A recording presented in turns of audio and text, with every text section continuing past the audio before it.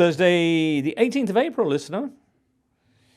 Exciting times as we are joined in the Totally Football Show studio by Charlie Eccleshare. Hi, Charlie. Hello. Nice to see you. Adrian Clarke is back as well. Hello, everybody. Good morning to you, Adrian. And Duncan Alexander. Hello.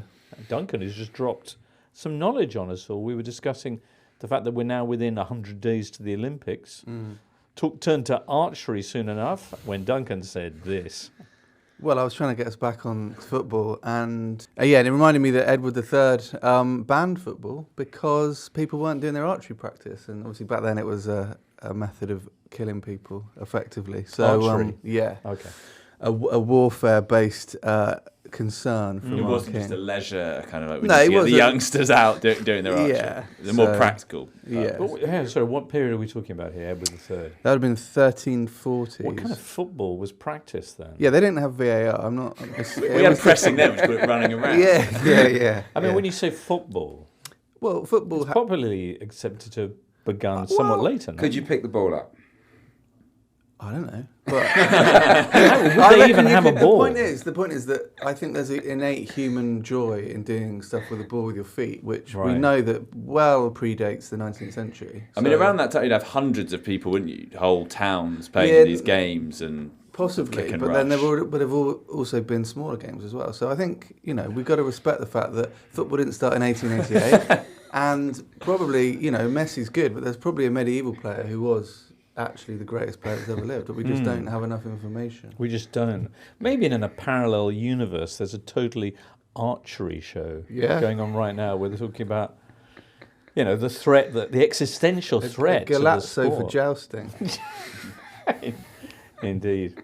Here we are stuck in this one, where we're going to be talking about, crikey, only the highest scoring set of Champions League quarterfinals ever, and the fact there's not going to be any English teams at Wembley in the Champions League final. Woo!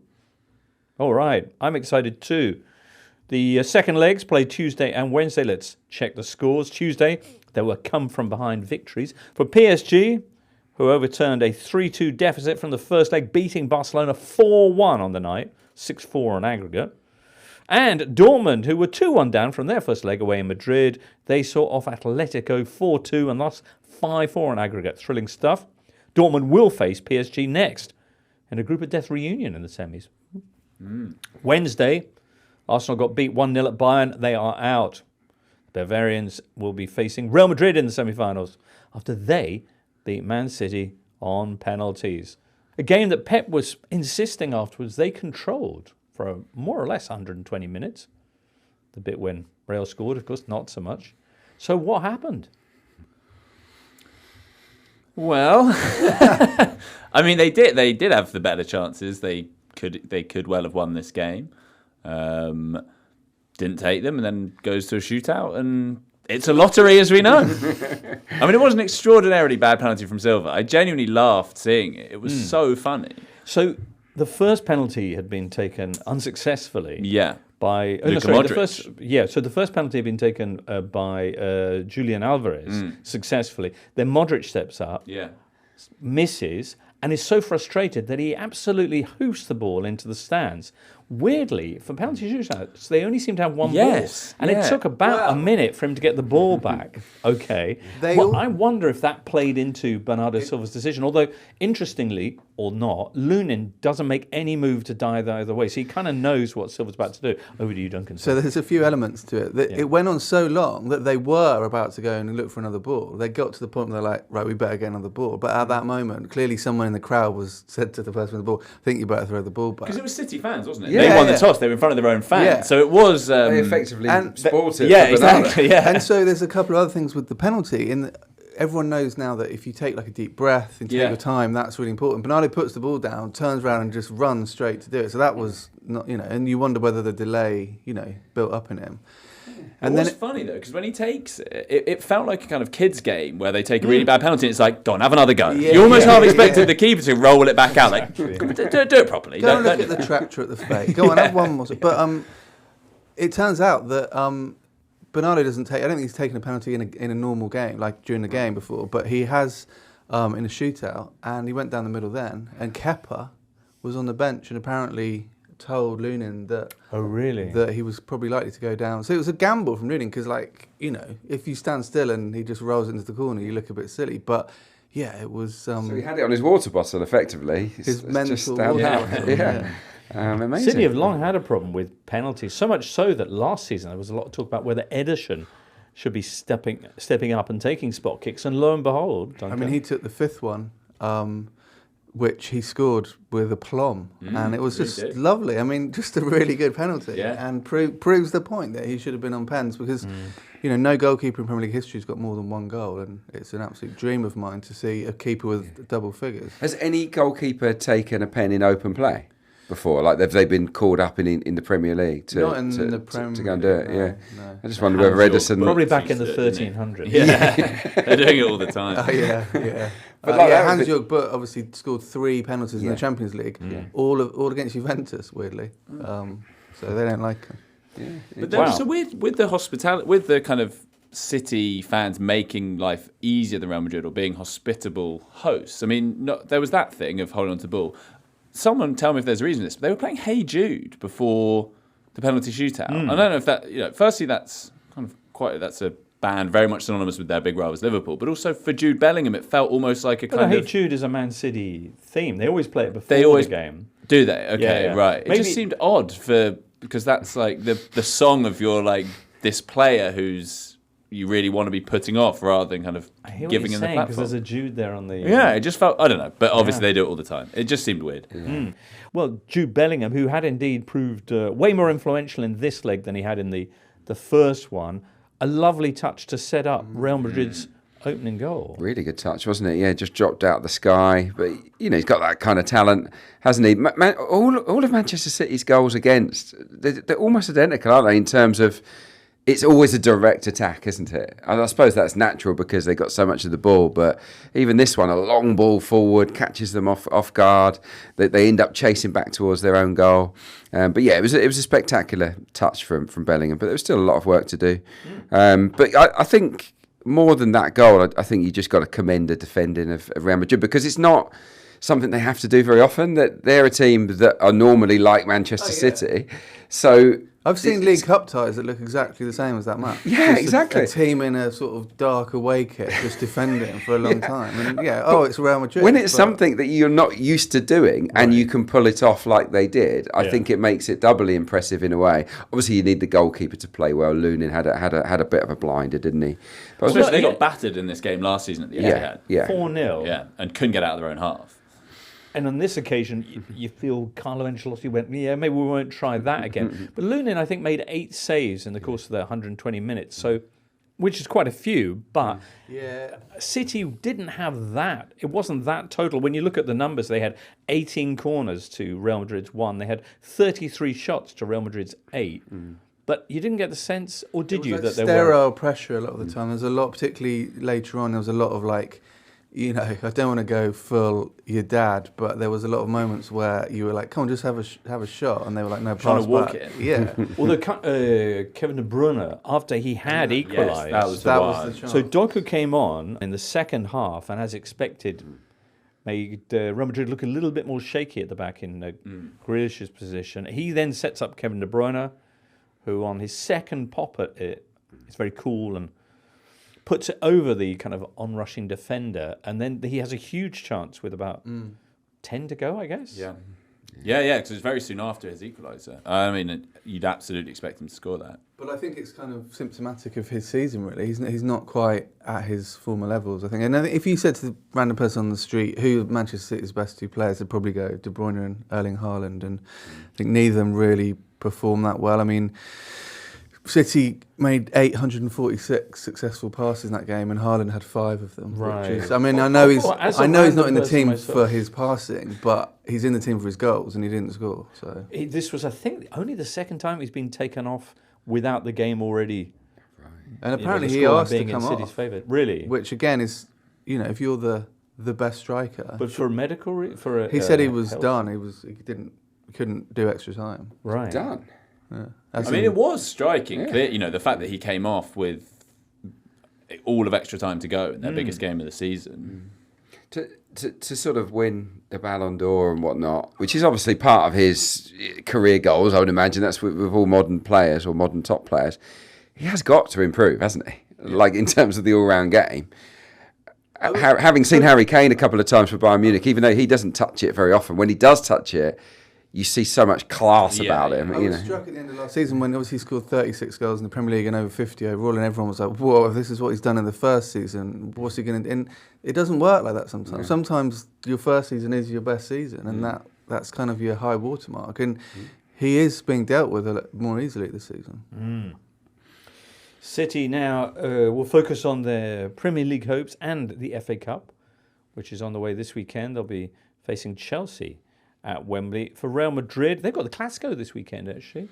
They have a comfortable lead in La Liga, and they've got a semi-final now against Bayern Munich, who they face quite a lot in Europe. They have a good record against them of late, and their last 7 meetings, they won 6 and drawn the other one. Bayern Munich, anyway, who are through to the semi by virtue of their 1-0 win against Arsenal. Joshua Kimmich settling the tie in the second half with a thumping header. Only his second goal of the season.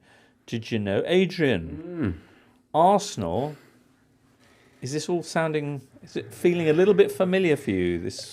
It does, a little bit. I think the tailing off feels a little bit familiar. But this is the first time Arsenal have had to combine Champions League with Premier League. And I just don't think this team is equipped or ready to win both competitions in the same season. Or either, potentially. But I think they're good enough to win the Premier League, but whether they will or not, is up for debate. It was a tired second half performance, wasn't it? Again, after the Villa game where Arsenal really flagged after half-time. So I do think the season is beginning to catch up on the players.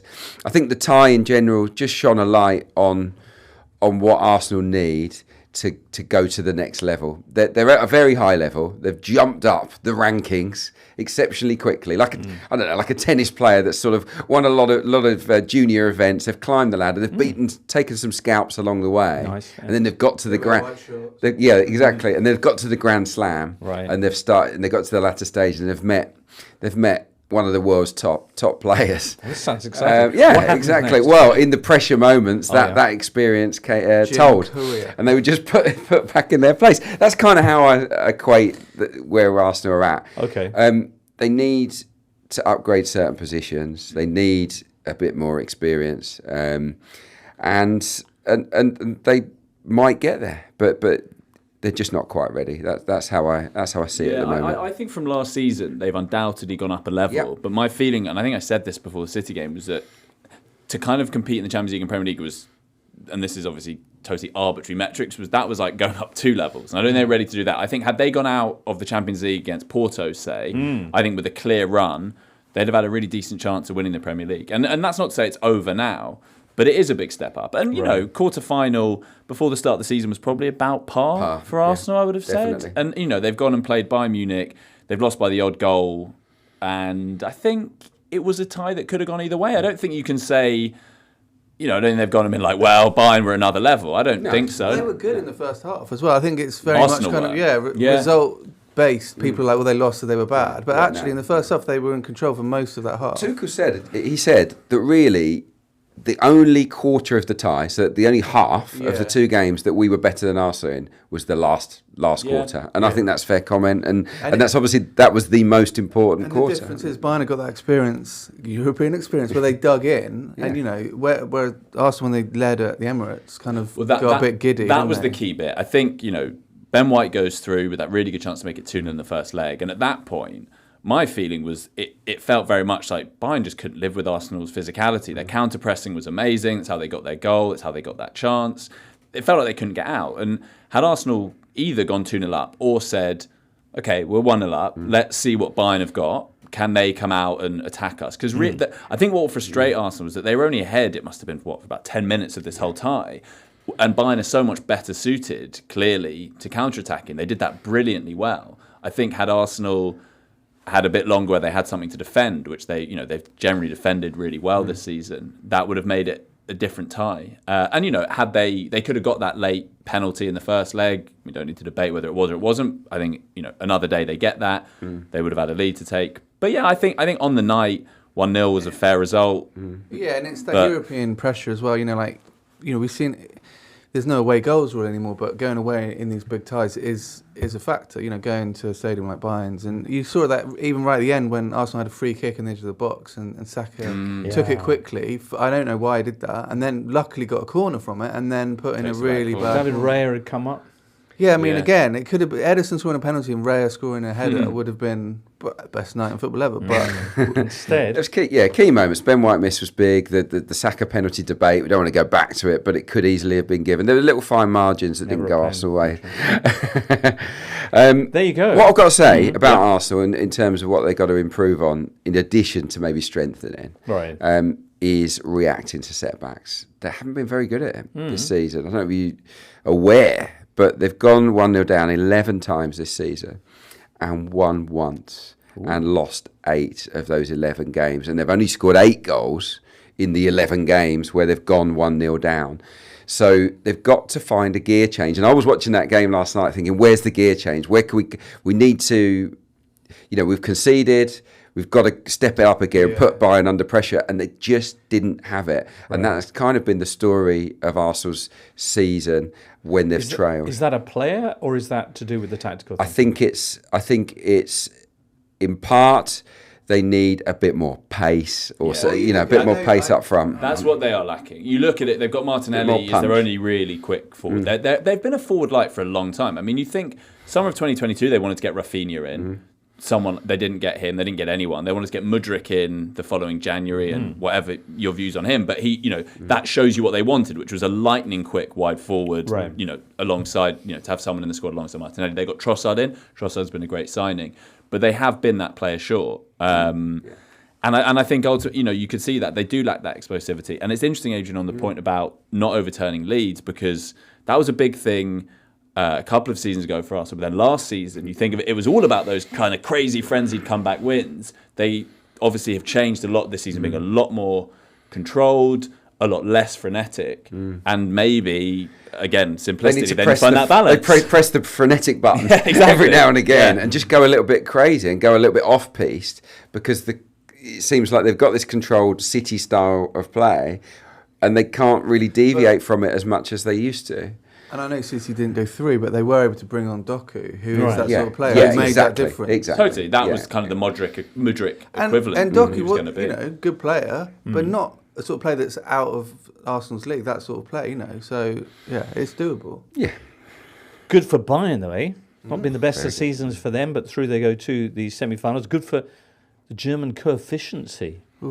Because they pretty much... Is it done? Doubled their lead over the Premier League. Chance the Premier League has. What they say now. It basically needs Liverpool to come back against Atalanta tonight and West Ham to overturn the unbeaten. But both of those things need to happen. Yeah. Is this going to be a thing every year, or is that it done for 3 years now or something? Welcome to the world of coefficients. So every year we're going to have this chat about where we're at with 4th or 5th. Forever. You don't like it, go back to your archery. I might do. The other Which ironically is scored with 3 decimal places, I think. I don't know.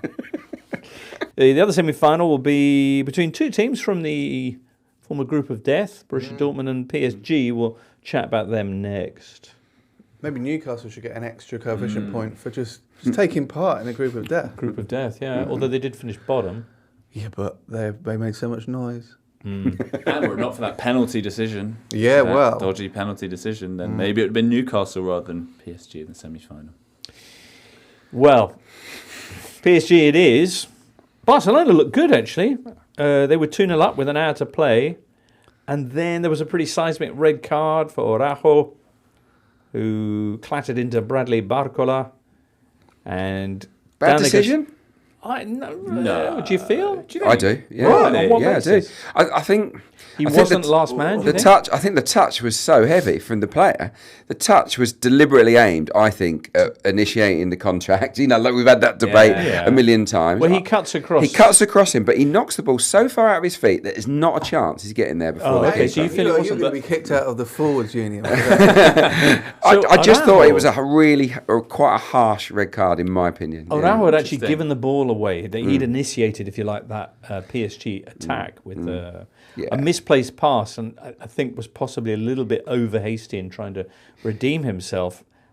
The thing is, in the defense, if you're a defender in that position Yeah. these days, you literally have to give yourself a yard space and not go anywhere near the forward, because it doesn't have to be a shove. It has to be, I just have to touch that person and they will hit the deck. And But don't you think that if it's partly incumbent on the defender as well? If the attacker has taken a heavy touch, he needs to recognise, I don't need to get too close because he's not going to get the ball anyway. So just Much don't as- give him any reason to go down. Much as João Cancelo later in the game had no need to go flying. what Yeah, we're that saying, was- though, is that player, in those situations, you can't defend. You have to stay away from the player. Well, That's what you're These basically days, saying. if you defend, they'll arrest you and throw you in jail. Well, whether right or wrong, Yeah, it was a big call. off he went. Xavi was to follow after particularly What an petulant bit image. of... Yeah. Man in a Stone Island jumper booting some. I mean, Xavi once completed 182 passes in a Champions League game against Celtic, and now he's just smashing pitch side stuff. I mean, Furniture. What a UEFA won't be happy with that. They're Goalkeeping damaging coach their also clock. saw red in They the all game, went. ill-tempered.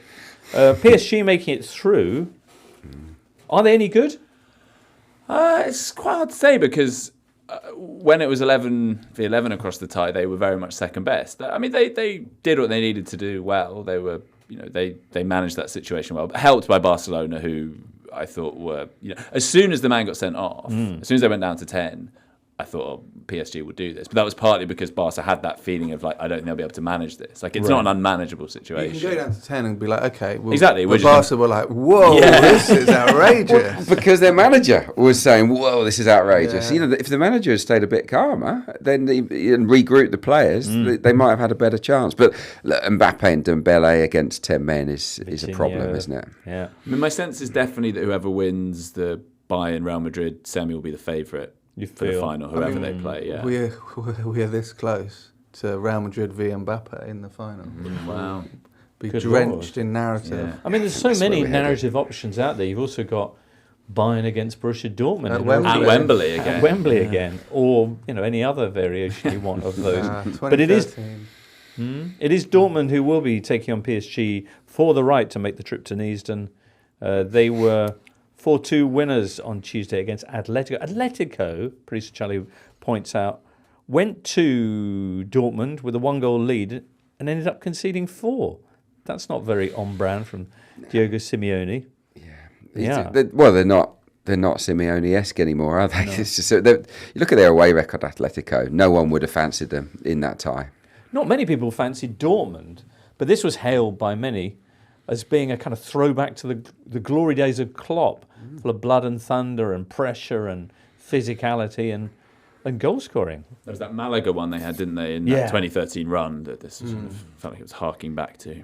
I mean, what a season for the Bundesliga. I mean, it could be a Dortmund and Bayern final. They're not even the two best teams in the league. Yeah. Well, the one that is, they're playing tonight against West Ham in the London Stadium, but strong favourites now for the Europa League after Liverpool's catastrophic first leg. Again, we don't know what's going to happen I in can't see Bergamo in that Dortmund. time. I can't see Dortmund getting past PSG. They could have conceded so many goals in that game. There was one-on-ones for fun, weren't there? It was so open. So they met, of course, in the Group of Death, aka Group F. It was a 2-0 win for PSG in the opening game in Paris. When they met at the Signal Iduna Park, it was a 1-1 draw, but it was a night that saw Julien Laurent in particularly spectacular form because PSG were just wasting chance after chance, and Barcalona in particular. So, yeah, they very much seemed the better team back then. But who knows? In a couple of weeks, we'll have the semi-finals, yeah? And then we'll get to know for sure. I enjoyed the Fulkrug goal, kissing. It was a great header. Yeah, and when it kisses off the far post, it's always a little bit sexier, I think. Nice. Just a big man, isn't he? Just a Unit. yeah. Sabitzer as well with the the goal that finally made it 5-4 on aggregate, and absolutely tearing off to the corner flag to do knee slides and stuff. Rafa was telling us on the Tuesday show he's not a man who celebrates. He got a brace at the weekend against Gladbach and kind of reacted as if he just stepped into something. This time, though, that's what it means. Excellent. Well, those are your Champions League semi-finalists. Poor old Arsenal and City. Sad City will get to go to Wembley anyway, though, this weekend, because they've got an FA Cup semi-final there on Saturday. We'll chat about that and the other semi next. Saturday, Sunday, stand by. It's FA Cup semi-finals at Wembley. Saturday, it's Man City against Chelsea, the side who, since our last show, have only gone and had their biggest win of the season. Monday night, 6-0 victory over Everton. Woof. 4 goals for Cole Palmer, former City player, I believe. And the only one City of which... player to score against Arsenal this season. I'm sorry, what? He's the only Manchester City player to score against Arsenal this season. Of course, at Wembley. Yeah, he scored at Wembley for City as well. Crikey. His 4th goal was a penalty. Was there anything else newsworthy about that? on that, if I was a manager, I was thinking about this. I got no skin in the game, but it wound me up because I've been in that position. I think I've talked about that before, where people are trying to take a pen off you. I just think it's such a selfish thing that it's a red flag for me as a manager. I would get rid of Jackson and Madueke almost on the basis of that. I'd just get rid of them. Would you get rid of Cole Palmer as well? Because he essentially gets involved in this. No, because it's his gig. You know, he's the Is taker. he the official penalty? He's the official Yeah. penalty. Well, He's one of the he best. is now. He was made the official penalty taker after the game. I just think that was really out of order, and I just think it's a red flag. It's, I don't mind it. Shows passion. Yeah, it's... No, but I thought Dele made a good point. It was like you didn't see them like fighting to take the really pressured penalty against United. Apparently, like, Madueke's tried it before though. Oh, really? Like he's a but not perennial. that one, right? Because, Because like obviously, like I'll have this when but there's I like no think pressure on. You know, Chelsea's. You know, who know? They might have like 80% of their wages might be a goal bonus or something. You don't know. Carl Palmer's on for the Golden Boot. Imagine the Yeah. bonus for that. Exactly. Yeah. Have you ever been in that situation? I have. I think I've spoken about it before. I had a protracted row with a teammate. I was the captain. I was the penalty taker. It was Rocky Baptiste, and yeah, he was really stubborn, but I couldn't give in because I was the captain. I couldn't give in to him, and I wasn't going to. What happened? What was the game state? I can't really remember. It was just a Did you National lash it- League game. Did you Bernardo it or did it go in? Oh no, I went in. I only ever missed one penalty in my career. Nice. So yeah, which haunts me. Well, that Who was that? Oh, it was a lowish level towards the end. Yeah, but That was one of the questions about this goal, although clearly with the scoreline the way it was, there wasn't that much pressure. But there was pressure in a kind of inter-teammate sense because having made such a point of, with the aid of Conor Gallagher, of taking the spot kick, he couldn't get it wrong. Cole Palmer, who's 3 goals before that? The second one, anyway, was absolutely masterful. The one where he nutmegs That and was back the first heels goal. then. First that was the first goal, right. And the Perfect second, hat-trick. So Yeah. it's only the Yeah. 39th perfect hat-trick, only the 30th first half hat-trick in I the was going to Premier say, League. was it the earliest a player's ever got a perfect hat-trick in the Premier League? It was after what, half an hour or something? Yeah, wasn't it? it's up there. But yeah, great. The first one was, as you say, just lovely in construction. Second one, a sort of striker's header finish, even though he's not a striker. So last time Chelsea were at Wembley was that League Cup final defeat against Liverpool when Gary Neville was labelling them blue £1 billion bottle jobs. Here we are now with them beating Everton 6-0. Have they moved on then? Can we say? They're in good form. I mean, weirdly, well, it depends how you. I think it's 8 unbeaten in the league, but 4 draws and a couple of those draws against Burnley and Sheffield United. So that's No maybe easy games in our league, mate. true. Yeah, it's a little deceptive, but they're definitely in the best form they've been in this season, and you know they've drawn twice with Chelsea already. They've drawn twice with City already. they played well in both those games. I did an analysis piece last week on what they need to improve on because I looked at all the goals they've been conceding, and the pattern is quite concerning. Actually, there's a major lack of tracking back. Really? From the wide players, there's been some instances of pure laziness. Too busy thinking about Exactly. So I still don't think they're right. I still don't think they're fully committed as a team.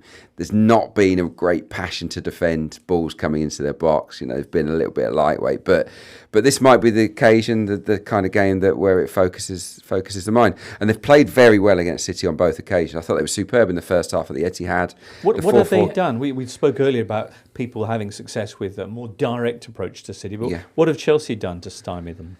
To stymie, well, they played very much on the counter, didn't they? At the Etihad, they really carried a threat. They basically did what a lot of teams you think could do more of. Like if you can beat that, it sounds easy, but if you can beat that first press, City do leave huge open spaces in behind them. Chelsea were able to do that, and they do have fast attackers, so they just kept beating the press and then putting balls in behind, and it was like oceans of space. And even into the second half, they didn't have the same chances because the final pass often wasn't right, but they had those openings. I mean, we've heard of the Matthews Cup final. It could be. I reckon it's going to be the Mudryk semi-final and go down in history. Do you think? I think so. What? Okay. Well, you think he's the I think he'll have in the big open spaces, wide open spaces, the acres of room. So I think they've got to get a lead here, Chelsea, because you look at the benches, and that it's incredible that you're talking about blue £1 billion bottle jobs or whatever, and then you look at Chelsea's bench and you say, well, where's the money gone? Because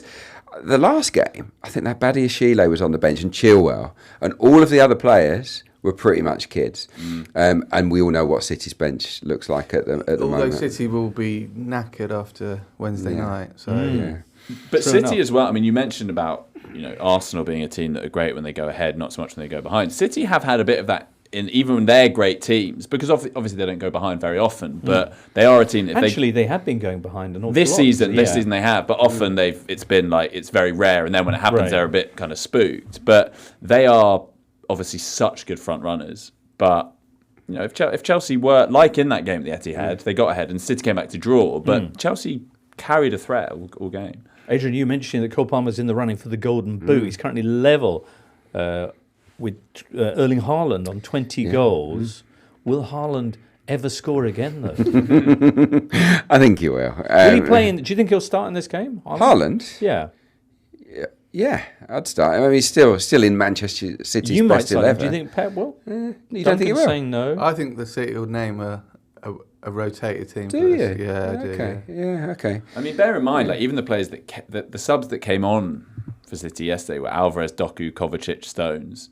Any of them, you'd be perfectly, you'd be very happy to start. Let alone Ake, Lewis, Bob, Nunes, who didn't even get off the bench. Yeah, I suppose the FA Cup is the one that they can go by the wayside if you're City, but I don't know. Yeah, I still think they've got to be favourites because of the bench. He'd be saving Haaland for the league more that he might feel that on current form, and particularly with Haaland showing fatigue. Well, he left Rodri out when Rodri asked to be left out, didn't he, for the recent game against Luton. Haaland's asked to come off. It's an interesting sort of time, isn't it? De Bruyne did as well, apparently. Yeah. It's just had enough. It's interesting now though, because City, we've become so used to them managing semi-finals of the Champions League alongside FA Cup semis and finals, Premier League run, and now they'll have actually fewer games than they're used to, and they've got this kind of big bulging squad that's set up for all those games. It'll be interesting now. They'll have a few kind of spare midweeks that they're really not used to at this stage of the season. Crikey. All right, well, the other semi-final in the FA Cup comes on Sunday at 3:30, and it pits Coventry against Man United. Sky Blues in their first semi-final in the FA Cup since their triumph in the competition in 1987. If they could well prove the story of the season, would you say, Coventry in English football? Is that hyperbolic? What, you if know they all reach about the cup Coventry. final? If they were to, the way that they've been going, the trajectory they've been on, obviously not just this season, but particularly this time around. Yeah, I think they're going to miss out on the playoffs. I think that's not going to happen for them now. They lost 3-0 at Birmingham last weekend. It's a bit of a no-show. So I don't think they're going to do the double of FA Cup final and playoffs personally. Good job, because they're on consecutive days. Yeah, exactly. Yeah, so they'll solve that problem. But they are a dangerous team. They're a team that can create chances. They're a team that break really quickly, and I think that they'll have to defend quite deep, because the big difference between the Premier League and the Championship is speed. Okay, they're really good players in the Championship, but a lot of the time they're just that 2 kilometres an hour slower than the Premier League counterparts. So they're going to have to defend deep against Garnacho, against Højlund, Rashford, etc. But they're very good at breaking quickly. And they've got a target man in Ellis Sims who's on fire. Haji Wright is quite a cumbersome American international that plays up on the left, but he carries a threat. Coventry almost always score. I know they didn't last week. They have goals in them. Right, and they're the top scorers in the FA Cup, actually. Yeah, they played more games than most teams did because they're in the I give them a chance. You know, I think they'll create plenty against this United team. I don't think that's a stretch to say that. I think for United, there's a lot that rests on Bruno. If Bruno Fernandes is at it, he'll win the game for them. But if he's not, who else is going to do it for them? That idea of Coventry having to play back-to-back days reminds me of Roland Nielsen, who in '93, the FA Cup final was played on the Saturday, and then there was the replay on the Thursday. This is Arsenal-Sheffield Wednesday. On the Wednesday, Roland Nielsen played an international for Sweden. So he did back-to-back days, went and played for Sweden. Next day, came and played the FA Cup final. Did he start in the replay? Yeah, he came off at half-time. maybe he was overplayed. But he'll probably be doing saying, what's the big deal? Terrible. Just play on back-to-back days. Terrible finals, by the way. They were, they were awful. There was not even an injury to Steve Morrow to enjoy. Andy Linnigan, though, he's a great lad. You know, for him to pop up with the winner was awesome. Coventry haven't played Man United for 17 years. When United had Johnny Evans in their back line, remember that? Alongside Gerard Piqué. That was a League Cup matchup, which they lost 2-0. This time, you remember how they got past Wolves in the, quarter-finals? 2 goals deep into stoppage time to turn that one around. Do you feel that momentum, particularly given Man United's current travails, is with the Sky Blues? Well, if you can beat Wolves at Molineux, you can beat United. You beat this version of United. It's not. This wouldn't be, for me, the shock of the century if they were to win. They have to play well to do it, but they're capable, and they've had that Wembley experience as a team. Not all of them, but last year in the playoff final, half the team at least have played in front of a full house at Wembley. They know what it's about, so it shouldn't, in theory, faze them really.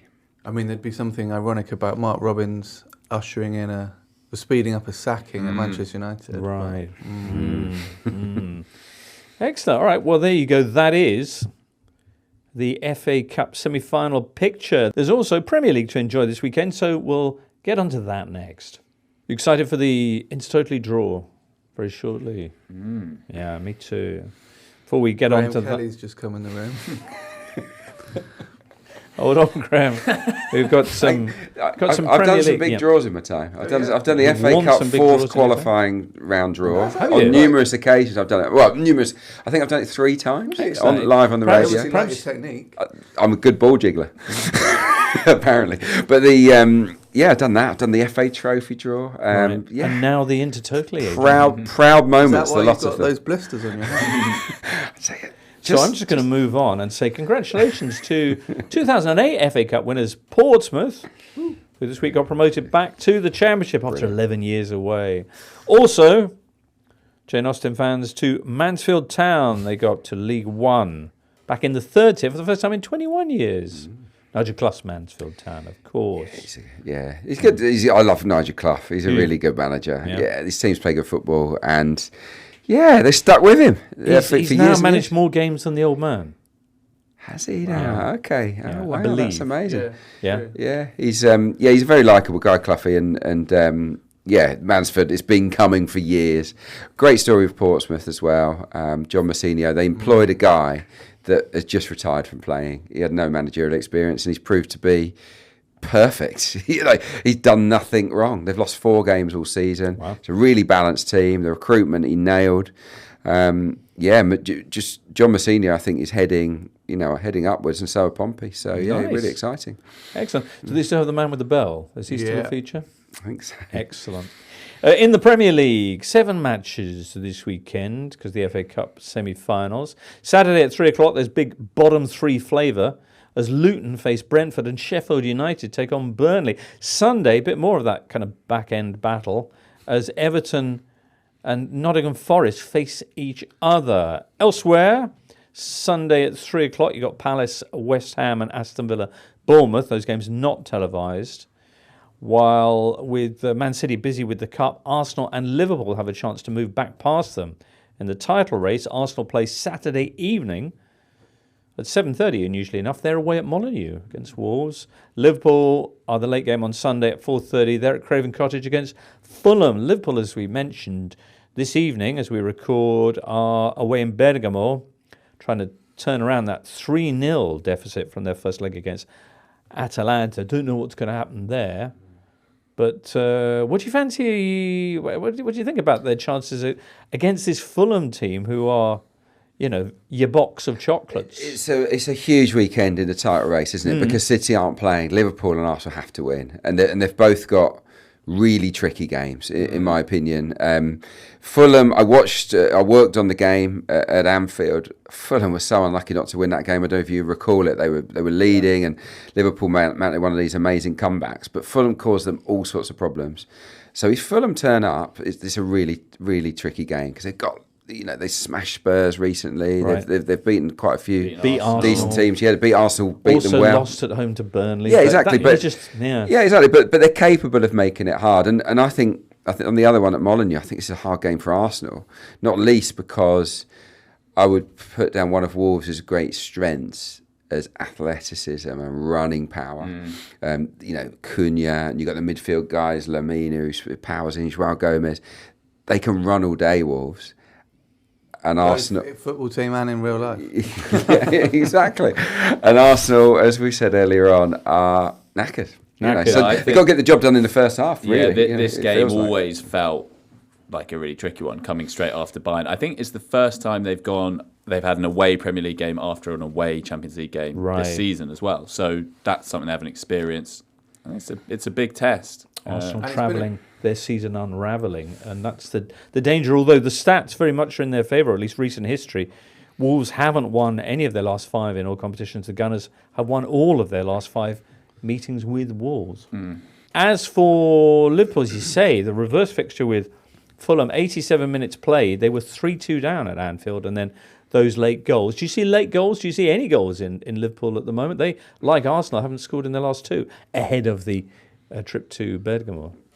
I always see Liverpool. I always see goals with Liverpool. Do you? Because we haven't seen any in the last. I know. They've been creating loads, haven't they? So you'd think they haven't been taking their chances. Exactly. Yeah. But I think that will. But is that a good thing or a bad thing? Chances is generally seen as a bad. But you'd rather have the lots of chances, wouldn't you? It's not like they've been kind of completely shut out. Right. That's fair. I think that will turn around, but it is a hard place. I mean, Craven Cottage has been a hard place to go, despite it seeming like a lovely, cuddly little ground. They haven't won any of their last 3 visits there, Liverpool. There you go. Well, it was there on the opening day of last season, wasn't it? They drew 2-2, and it was the first sort of initial sign that Liverpool's season was not going to go to plan. So there you go. All right. Well, let's move on to the action at the bottom end of the table. Here's how the relegation picture stands. Brentford lie in 15th place, and they look kind of safe, 7 points clear. And Burnley and Sheffield United lie in 19th and 20th place, and they both look pretty much gone. Burnley 6 points and Sheffield United 10 points from safety. But in between those two kind of bookends, you've got 3 teams who are battling not to be the side that goes down with probably Burnley and Sheffield United. Those 3 sides are Everton, Nottingham Forest and Luton. There's only 2 points separating the 3, although Everton do have a game in hand. 2 of those 3 play each other this weekend in the shape of Everton and Nottingham Forest. I mean, that seems huge. 10-pointer. Or whatever they decide. Everton, who a fortnight ago got their first victory in 14 matches, have now suffered the heaviest defeat of Sean Dyche's career. That's 6-0. Not sure where that leaves them. Also, the fact that Jared Branthwaite left the field injured on Monday. Forest, maybe not the greatest of form either. What do you think?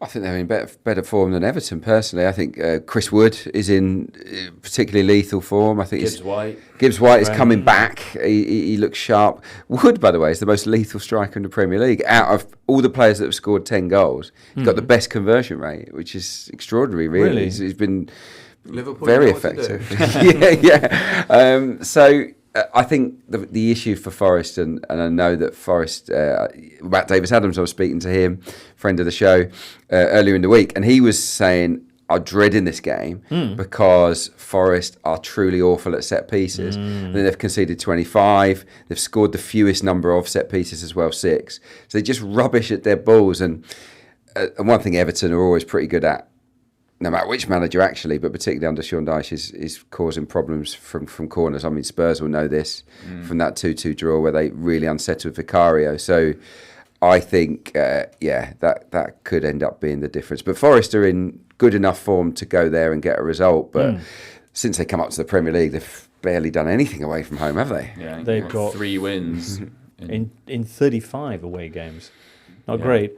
What would they give for a victory on the road in this game? Could potentially put Everton into the bottom 3, depending, of course, on what happens in the game 3 o'clock Saturday between Luton and Brentford.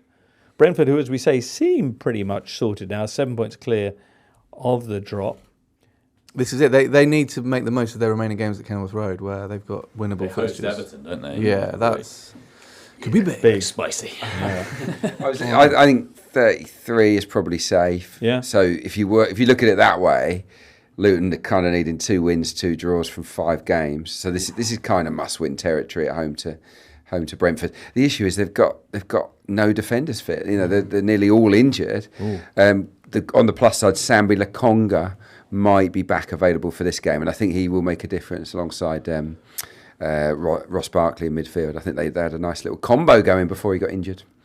Just on Sheffield United quickly, they're now on 84 goals conceded. And obviously the big story of the Premier League this season is, can they be the first team since Swindon to concede 100 goals in a season?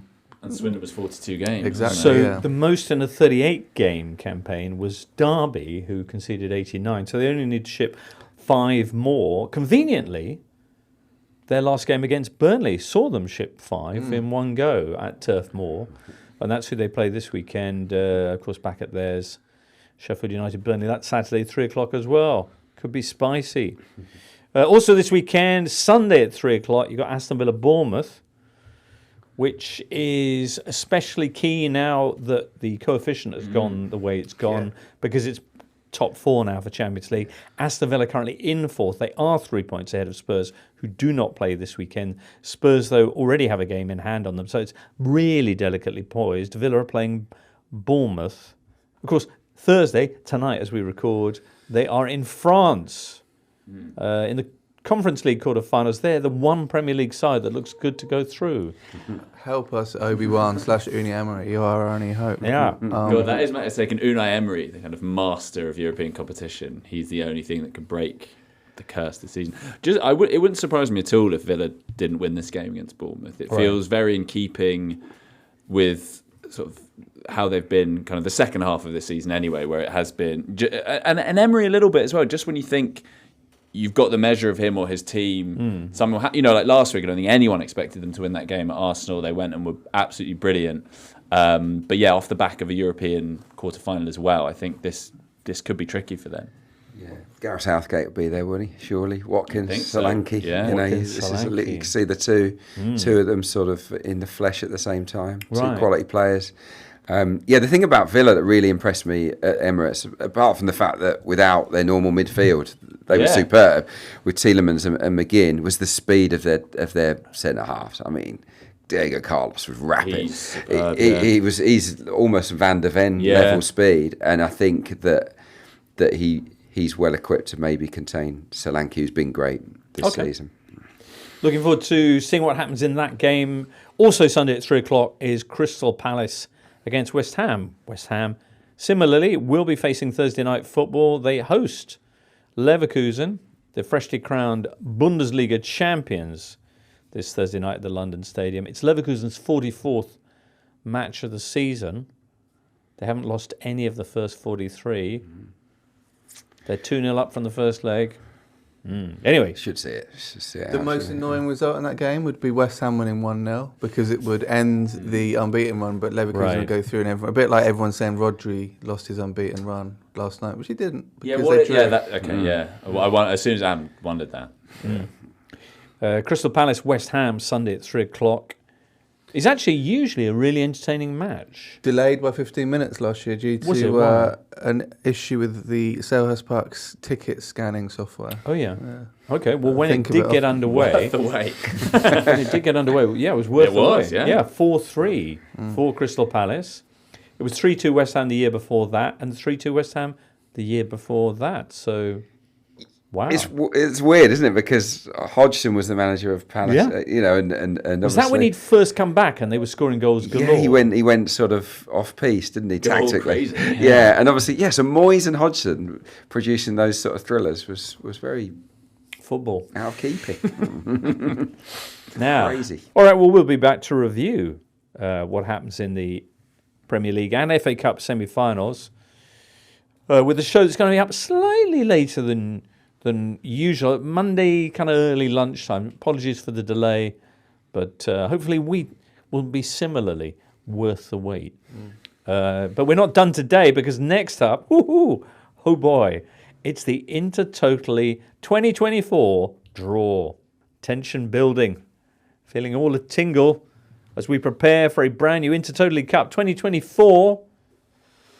The exciting news is that while other major tournaments are expanding, possibly a little bit too much, we've focused in, gone all killer, no filler. This year's in no way hastily cobbled together tournament because we forgot and didn't realise it was already April is kind of like a quiz Super League, I would say, because we've got together, former champs, the 8 best Champion of quizzers. champions. Just fast forwarded to the quarterfinal stage. Exactly, yeah. We've ditched the group stage, which is never that interesting. So we've got the names of the 8 best players statistically in Intertotally history in a bowl, which Adrian, you and Duncan are going to be drawing from. The 8 contenders are Coxie, of course, Story, producer Charlie, Benji, another Charlie, Eccleshare, Tommy, Williams, Julian, and Sasha.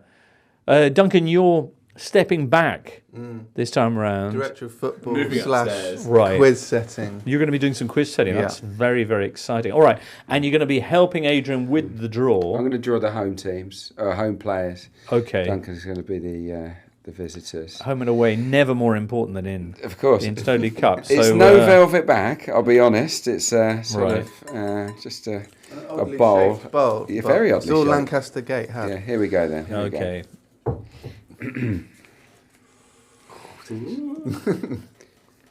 Number 2. Number 2, Daniel Story, 2022 winner. We'll play.